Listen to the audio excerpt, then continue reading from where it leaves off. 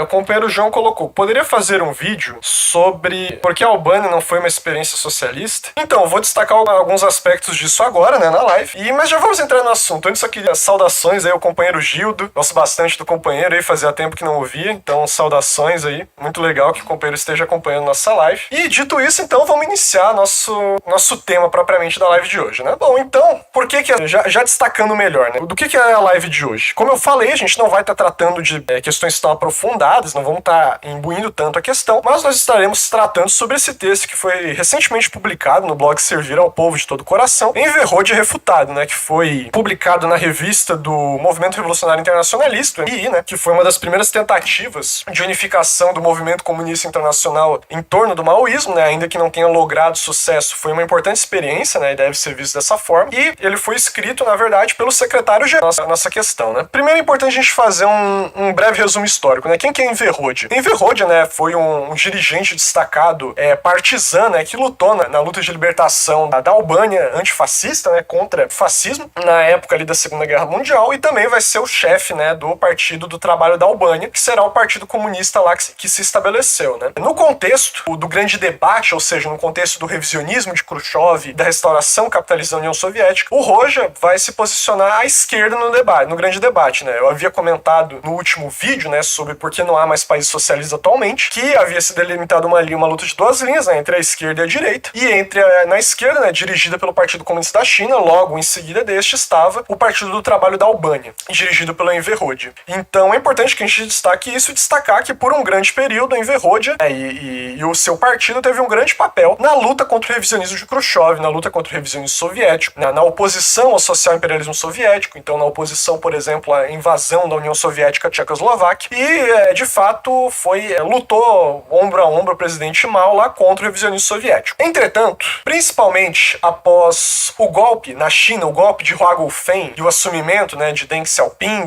e a antiga camarilha que havia sido já destituída do poder, né, da linha revisionista, Enverrode ele vai passar a atacar o revisionismo chinês, mas não só isso, ele passará a atacar também o presidente Mao Tse-tung, e ele vai afirmar que o presidente Mao Tse-tung foi, na verdade, o criador do revisionismo chinês. E disso, né, esses ataques, publicamente eles não eram conhecidos, eles vão ficar principalmente popularizados, né, após justamente 1976 e a publicação do livro Reflexões sobre a China, do Enverrode, né, que vai mostrar, na verdade, que o Rode escrevia críticas à China desde o início dos anos 60. Se eu não me engano, o primeiro texto foi em 1962, ele já escrevia textos em seu diário político desde aquela época, com inúmeras críticas ao Partido Comunista da China. Aqui, né, a gente já tem que destacar uma questão que o Rode colocava, né, que isso o próprio texto traz, de que ele já atacava o revisionismo chinês e identificava nas suas origens o presidente Mao Tse-tung desde o sétimo Congresso do Partido do Trabalho da Albânia. Isso é falso. Se nós olharmos o próprio sumário lá e as resoluções do sétimo Congresso, nós vemos que à época o Rode chamava o presidente Mao Tse-tung de um marxista-leninista fora do comum e inclusive saudava a grande revolução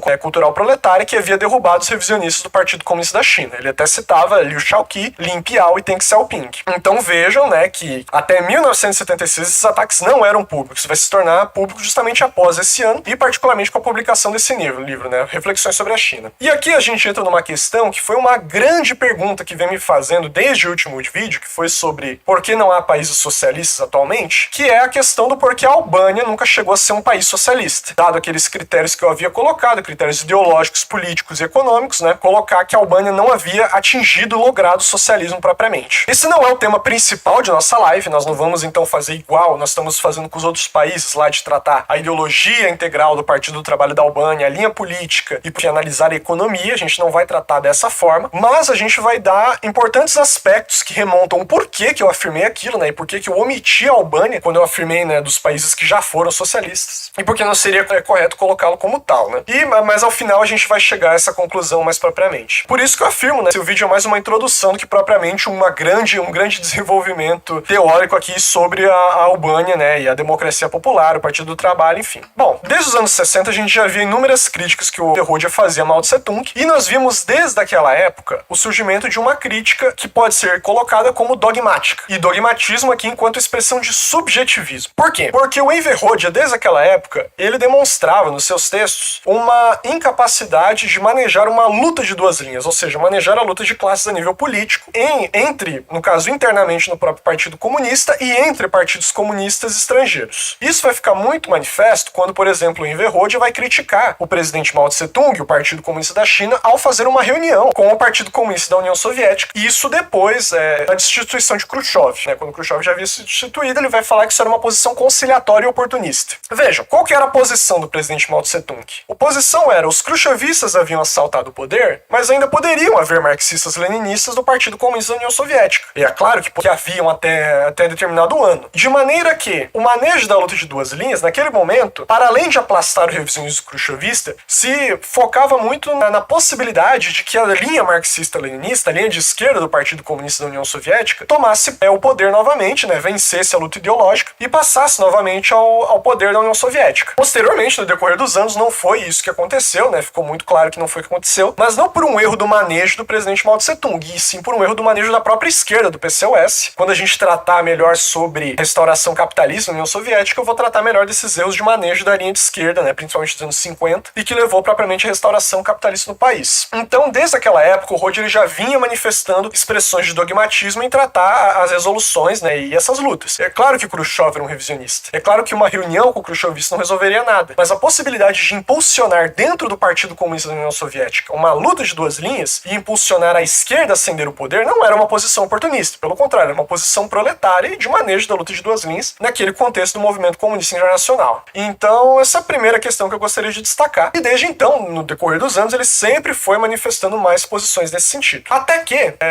vamos passar assim, então, pegando todo aquele período, foram publicadas as reflexões sobre a China, e nós vamos tratar sobre as duas críticas do Enver Hoxha que eu separei, que são trabalhadas muito corretamente no texto do Servir ao Povo, por dois critérios. Primeiro, a crítica mais falsa de Hoxha, ou seja, a crítica que mais evidencia uma postura absolutamente sectária da parte dele e de não comprometimento com a investigação da verdade, mas sim meramente confabular sobre o suposto revisionismo de Mao Tse-tung, e uma segunda que envolve uma característica negativa para o próprio desenvolvimento do socialismo na Albânia, e que será um dos pontos centrais do porquê não consideramos a Albânia como um país que tenha sido socialista. Então vamos começar. Bom, a primeira crítica, e que eu gostaria de destacar, é que o Enver Hoxha vai afirmar que o presidente Mao Tse-tung ele nunca foi um marxista de fato. Um dos motivos disso era em relação à política do pensamento Mao Tse-tung em relação ao campesinato. O Hoxha vai afirmar que o Mao Tse-tung, o presidente Mao, ele tirou o papel do proletariado enquanto classe dirigente da revolução e colocou o campesinato. E ele cita, para afirmar isso, alguns documentos do presidente Mao, em que ele se refere justamente à necessidade do partido se integrar ao campesinato e aprender as verdades do campesinato. Aprender propriamente suas demandas e que o campesinato deveria, nesse sentido, conquistar o poder. Então vejam, o Hoxha faz essa crítica, e ele coloca, inclusive, que o Mao afirma que isso se expressava na própria questão do cercamento das cidades pelos campos, na Guerra Popular Prolongada, e afirmavam, vejam só, que Mao negligenciava o proletariado urbano porque ele era conservador demais nas cidades e que, portanto,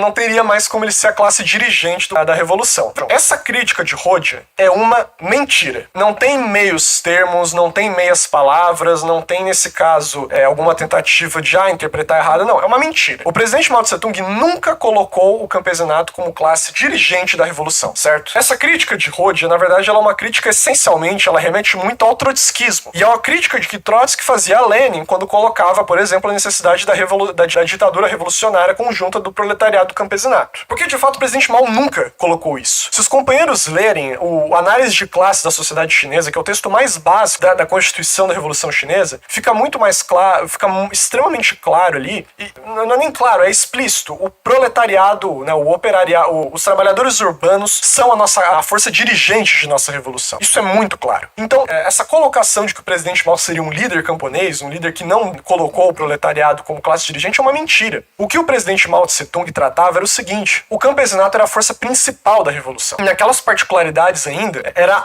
a imensa maioria da população. Isso, uma coisa não necessariamente tem a ver com a outra, mas de fato, a principal contradição que haveria de ser resolvida é a contradição democrática entre latifúndio e camponeses pobres. O que o Mao estava formulando ao afirmar que o partido deveria se integrar ao campesinato era justamente a aplicação da linha de massas. A linha de massas que o presidente Mao formulou, que é justamente recolher das massas revolucionárias as suas demandas, levá-las e formulá-las através do marxismo uma linha política e levá-las novamente às massas. Era isso que o presidente Mao colocava. Por quê? Porque sendo a força principal da revolução, é necessário que se estabeleça essa luta com o campesinato, é necessário que haja uma linha de massa com o campesinato. Mas o presidente Mao sempre destacou que não há uma muralha da China entre uma revolução democrática e uma revolução socialista. Que a revolução democrática é ininterruptamente culminar na revolução socialista. O grande problema é que não dá para convencer o campesinato de lutar por uma revolução imediatamente, colocando como tarefa imediata a coletivização da agricultura. Isso é uma questão muito básica. A União Soviética não fez isso, camarada Lenin e Stalin não fizeram isso. Então, essa crítica de Rodya, ela demonstra justamente que a investigação dele em torno do maoísmo era uma investigação descompromissada com a verdade. Ele estava interessado em difamar o presidente Mao e não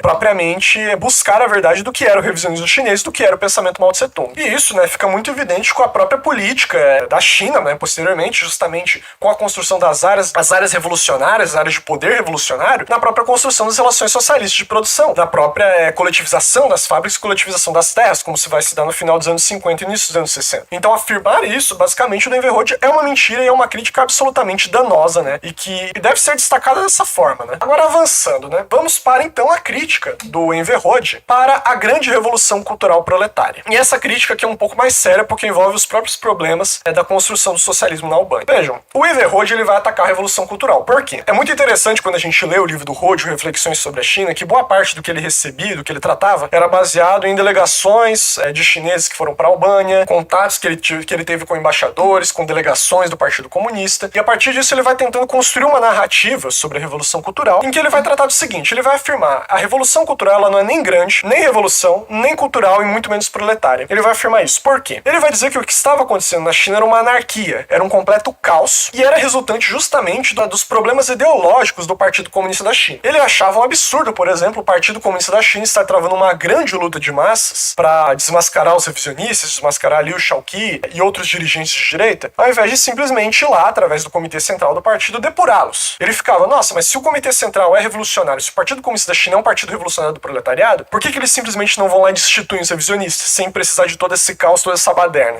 toda essa anarquia? Para além disso, o Hoxha, ele colocava que justamente não era revolucionário porque não havia um partido dirigente, e aí ele ficava trazendo esses questionamentos. Mas afinal, o presidente Mao Tse-tung tinha o poder ou não tinha o poder? Afinal, a linha de esquerda era dirigente ou não era? Se era dirigente, por que deixou o país chegar nesse ponto? Por que deixou os revisionistas chegarem nesse tal ponto, E questionava todos os processos lá referentes à destituição de Liu Shaoqi, de Lin Piao, da luta contra Lin Piao, dentre outros. E justamente coloca, por fim, só pra fechar essa questão, de que como que poderia a burguesia ter tomado o poder do Estado, como aconteceu em determinadas localidades, e como poderia o Comitê Central do partido não ter feito nada. Qual que é o grande problema dessa crítica do Hoxha, Para além das próprias incompreensões históricas, fica muito patente uma incompreensão do Hoxha sobre a questão da luta de classe sobre o socialismo. Aqui é importante que a gente destaque que Hoxha, ele formalmente defendia a luta de classe sobre o socialismo, E isso foi colocado até os últimos documentos, em vida do Hoxha, no próprio Congresso do Partido Albanês, dentre outras questões, de que havia luta de classe sobre o socialismo, mas sempre foi uma grande confusão sobre os alvos dessa luta de classes. Eram os revisionistas, eram os agentes externos imperialistas, era a burguesia, e aí a gente entra num problema central, que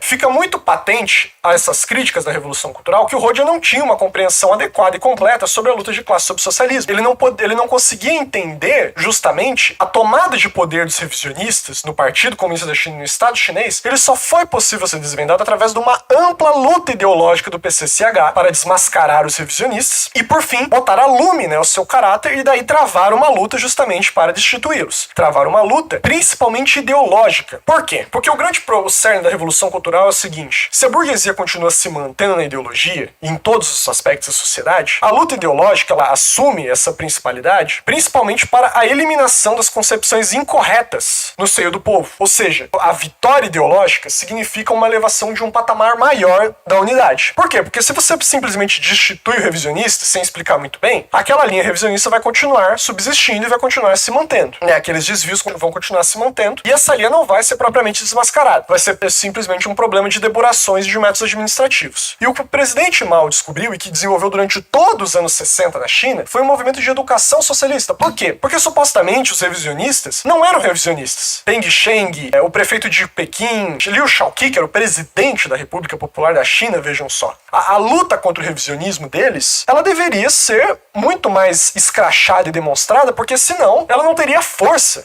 justamente de uma luta anti-revisionista, de uma luta contra a burguesia no partido. E foi justamente por isso que o presidente Mao Tse-tung iniciou o movimento de educação socialista, iniciou lá as lutas literárias contra a literatura burguesa, contra a arte burguesa, expressas principalmente no combate a Peng Sheng e posteriormente ao prefeito de Pequim, até que todos esses quadros que supostamente eram comunistas, que eram ligados ao presidente Mao Tse-tung e que defendiam o socialismo, passaram a defender a linha da burguesia abertamente, porque foram colocados na parede, porque foi feita a crítica tantas vezes que uma hora eles foram desmascarados. Então essa luta cultural, para além da própria desmobilização do revisionismo, ela serve para desmascaramento do revisionismo e demonstração perante a sociedade, de todas as massas revolucionárias, de quem que é a linha esquerda proletária e quem que é a linha burguesa. E esse era um dos motivos dos quais porque Rhodes não poderia entender a revolução cultural proletária. No Partido do Trabalho da Albânia, como isso vai ficar muito claro lendo os documentos, lendo os textos dele, a questão, ainda que se falasse em luta ideológica, ainda que se falasse em luta política, era principalmente administrativa. Lá no final dos anos 70, no decorrer de lutas ideológicas dentro do Partido do Trabalho da Albânia, ele vai afirmar que todos aqueles que estavam em luta ideológica divergente da dele, inclusive um dos ministros de Estado da Defesa, estava sendo orientado por Zhou Enlai, que era um dos destacados, comunistas chineses, da linha mais centrista, e pelos iugoslavos, para dar um golpe de Estado na Albânia. Vejam, não há provas, não há evidências de que tal conspiração tenha existido. Zhou Enlai tenha colocado um golpe na defesa de um golpe através de elementos revisionistas na Albânia. Por quê? Porque eram problemas fundamentalmente ideológicos. E ainda que haja o problema partidário, por exemplo, de capitulação e de aliciamento, com agentes imperialistas, mesmo que haja depuração, como Rhodes gostava de fazer, é necessário a luta ideológica para que sejam desmascarados. Isso vai gerar um problema fundamental na Albânia, que a gente... E aí, claro, só para responder as demais questões. Uma anarquia. Veja, Enver Hoxha, que foi um grande dirigente revolucionário da Albânia, não sabe o que é uma revolução, aparentemente. Porque o caos sempre existe nos processos revolucionários. Para que haja construção, tem que haver destruição. Isso em qualquer forma de revolução. Revolução democrática, revolução proletária, isso sempre vai existir. Então, quando o Hoxha coloca um absurdo de ser uma anarquia ou um caos, claro que a anarquia não era, isso é falso. Mas o caos é justamente decorrente do que nós vamos tratar no nosso vídeo da grande revolução cultural proletária, da tomada de poder contra os revisionistas. O presidente Mao vai destacar isso principalmente através da Comuna de Xangai, da Revolução de Fevereiro, que era necessário fazer luta armada contra o revisionismo, e que hoje atualmente culmina na tese da necessidade de uma guerra popular até o comunismo, que é justamente a necessidade de um mar armado de massas, as massas armadas cercando o quartel-general dos revisionistas e impedindo a restauração capitalista, para além da luta de depuração do Partido Comunista. E essas massas, ao contrário de serem massas anarquistas, elas eram dirigidas pela linha de esquerda do presidente Mao Tse-tung. Eram dirigidas pelo Comitê Central, pela linha de esquerda do Comitê Central do Partido Comunista. Então as alegações de Hoxha não fazem sentido nenhum. Os períodos mais caóticos, entre aspas, que foi justamente o período da tomada de poder contra os revisionistas, foram os dois primeiros anos, 1967 e 1968. Claro, em 1966 também. Mas já em 1969, o Partido Comunista da China declarava a tomada de poder foi resolvida. Então vejam, a importância de nós compreendermos justamente a grande revolução cultural proletária e entender o problema dessas críticas de Hoxha. Elas não fazem sentido algum, é a incompreensão do que é uma revolução, certo? De qual que é o papel do partido de uma revolução. E por fim, ele ainda afirma que a revolução não era proletária, porque o campesinato estava atuando como dirigente. Vejam, o campesinato foi uma das vanguardas iniciais justamente porque foi responsável por levar por toda a China, através de bicicletas, caronas de caminhões, do Estado mesmo, que iam levando os guardas vermelhos, os jovens revolucionários, para os mais longínquos rincões do país, nos campos, nas fábricas, para levarem para lá o pensamento Mao Tse-tung. E justamente após esse grande movimento dos guardas vermelhos, o movimento proletário da Revolução Cultural será, de longe, um dos mais fortes que já existiu na história mundial. A gente já trouxe na época do vídeo sobre a China, da série sobre a China, sobre o desenvolvimento que houve nas fábricas chinesas, com a análise do Charles Bettelheim, que foi justamente a tomada de posição e a dirigência das fábricas por parte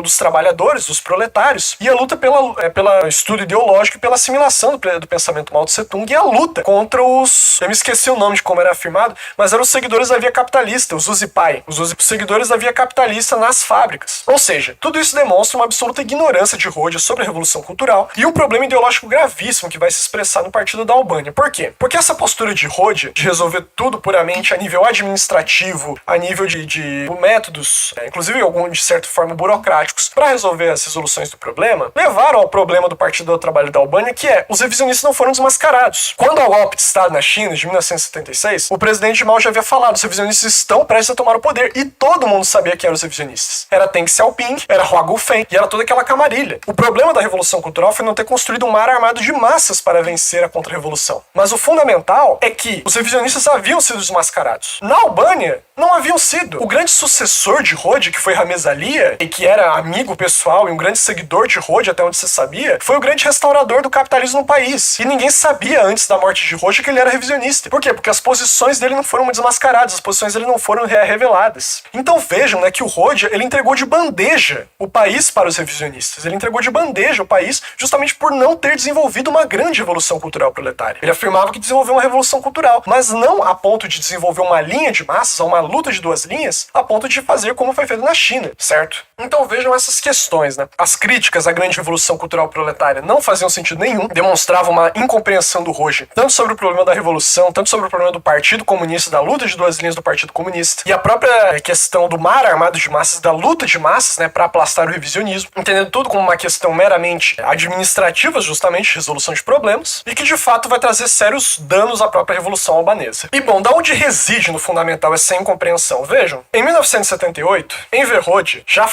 afirmava muito claramente que não haviam classes antagônicas na Albânia. Ele vai afirmar que a luta de classes continuava existindo através de elementos burgueses e de remanescentes da antiga classe burguesa. Mas, para ele, isso só iria se expressar enquanto uma classe burguesa, ou seja, como uma nova burguesia, quando de fato tomasse o poder do Estado.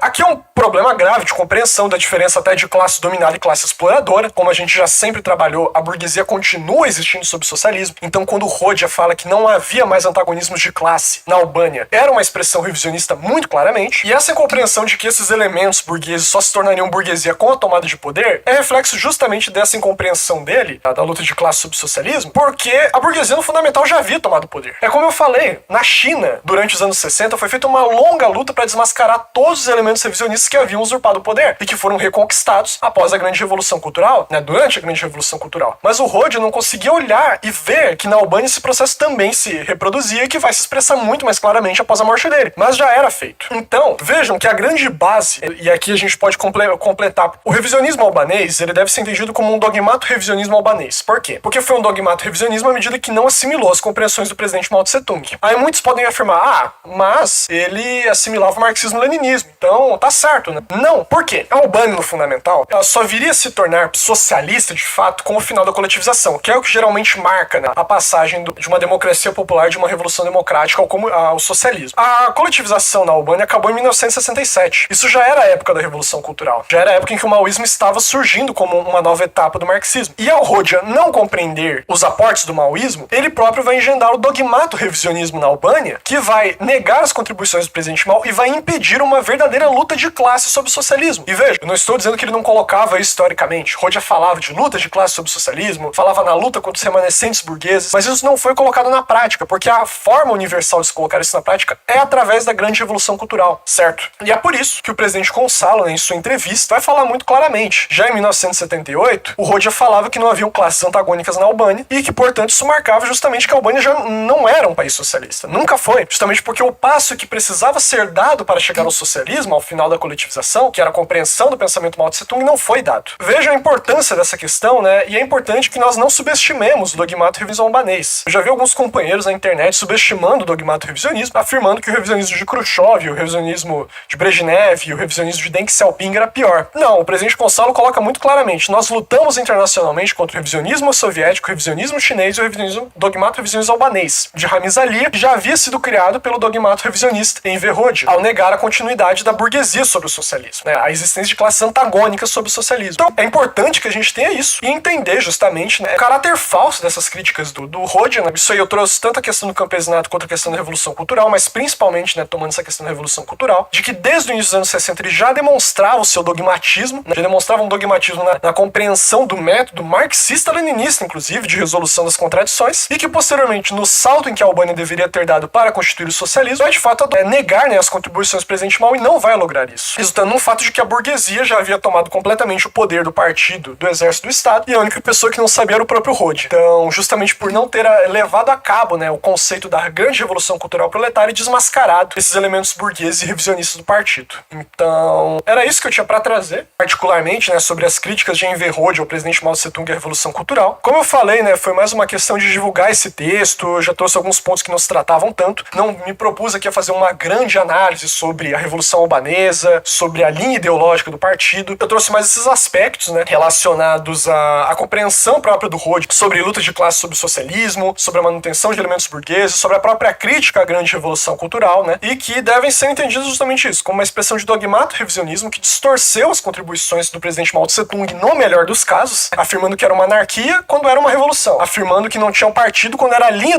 de esquerda do partido que dirigia, afirmando que não era proletária quando era justamente o proletariado que vinha desenvolvendo. Distorção, né, talvez até fruto da própria incompreensão dele, com base nos relatos que ele recebia das delegações chinesas, e para casos em que era absolutamente mentirosa, que é o caso justamente de dizer que o presidente Mao negava o papel do proletariado na direção da Revolução Democrática. Então era isso no fundamental, espero que tenha respondido, saneado aí várias dúvidas dos companheiros sobre a Albânia, eu Enverrode, é isso, né, que fundamentalmente é a posição. Pretendo no futuro trazer um vídeo mais apropriadamente sobre a Albânia, menciono também a Albânia em relação ao vídeo no vídeo sobre Cuba, né, que vai sair daqui a algumas semanas, mas o fundamental era isso que eu queria trazer para os companheiros hoje.